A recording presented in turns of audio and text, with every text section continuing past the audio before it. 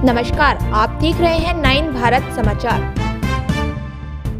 सार्वजनिक संघ के नेता राजनला श्रीहरि ने सरकार से तेलंगाना कार्यकर्ता भूपति कृष्णमूर्ति के साथ खड़े होने का आग्रह किया है, जिन्होंने तेलंगाना आंदोलन में अपना सब कुछ खो दिया है और पारिवारिक कठिनाइयों का सामना कर रहे हैं। तेलंगाना के पहले कार्यकर्ता भूपति कृष्णमूर्ति का 100वां जन्मदिन वरंगल स्क्वायर में मनाया। सार्वजनिक संगठनों के नेताओं, परिवारों के सदस्यों और प्रशासकों ने इस अवसर पर बहुत उत्साह से जश्न मनाया।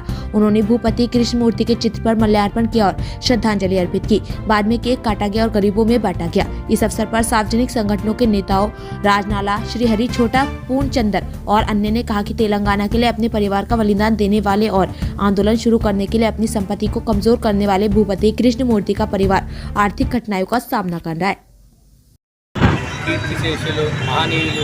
తెలంగాణ గాంధీ శ్రీ భూపతి కృష్ణమూర్తి గారి శత జయంతి వరంగల్ చౌరస్తాలో జరుపుకున్నాం. ఎందుకంటే ఒక మహనీయుని ఈనాడు తెలంగాణ ప్రజలు కోల్పోవడం బాధాకరమైతే, అందులో ముఖ్యంగా వరంగల్లో రాజకీయ నాయకులు అనేవారు ప్రకృతి మహనీయుని మర్చిపోవడం దురదృష్టకరం. గతంలో వీరు జరిగిపోయినప్పుడు మరి ఎంతోమంది నాయకులు వచ్చి ఎన్నో హామీలు ఇవ్వడం జరిగింది. వారి విగ్రహాలు పెడతామన్నారు, వారి మార్గాలు ఏర్పాటు చేస్తామన్నారు, వారికి కార్పొరేషన్ పదులు వారి కుటుంబ సభ్యులకు ఇస్తా అని చెప్పారు, వారి ఇంటికి ఉద్యోగాలు అని చెప్పారు, వారి ఇంటికి స్థలాలని చెప్పారు. కానీ నాటి వరకు కూడా ఎటువంటి ఒక హామీ గత ప్రభుత్వం కానీ ప్రస్తుత ప్రభుత్వాలు కానీ ఏ ప్రభుత్వాలు కూడా వారికి చేయకపోవడం, వారి కుటుంబ సభ్యులను ఆదుకోవడం చాలా దురదృష్టకరం.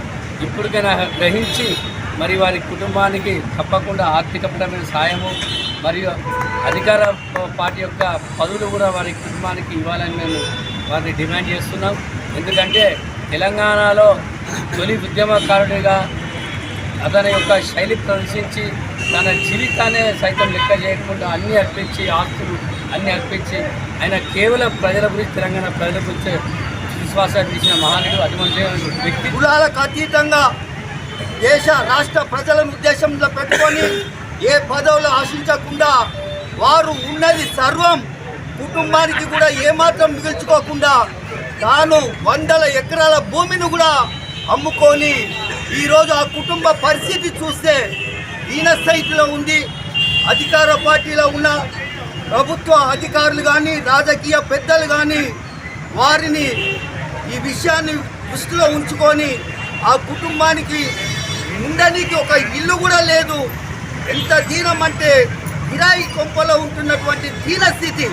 మరి అంత పెద్ద మహనీయుల కుటుంబము ఈరోజు ఇంత కష్టాలలో ఉంటే కూడా ప్రభుత్వము చూడట్లేదు అనే ఒక బాధ ఉంది.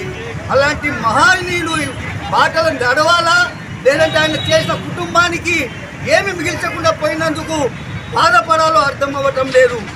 అలాంటి మహనీయుని జ్ఞాపకాలను ఈరోజు గుర్తు చేసుకొని మరి అలాంటి మహనీయుని యొక్క బాటలు నడవాలని చెప్పి వరంగల్ బిడ్డలకు తెలంగాణ స్వాత, తెలంగాణ నా ఊపిరి, తెలంగాణ నా జీవితం అంటూ సర్వస్వం తన ఆస్తిపాస్తులను కూడా మరియు స్వాతంత్రానికి తెలంగాణ కొరకు మరియు త్యాగం చేసిన మహనీయుడు మా తాతగారు.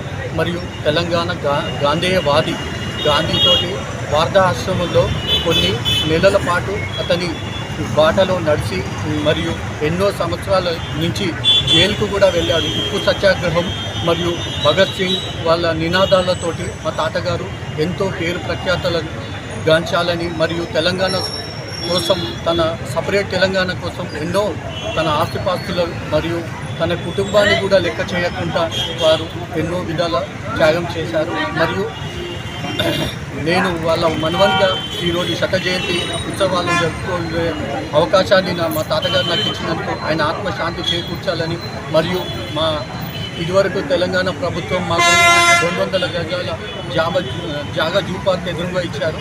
దానిని 4 లక్షలు కడితే పర్మనెంట్ రిజిస్ట్రేషన్ చేస్తా అని చెప్పారు. అది మాఫీ చేపించి మాకు ఒక ఇల్లు కట్టిమని మేము ఈ ప్రభుత్వాన్ని మరియు ఈ కొండా సురేఖ మేడం మంత్రివర్యులు గారికి మేము ఇల్లు ఇచ్చుకొని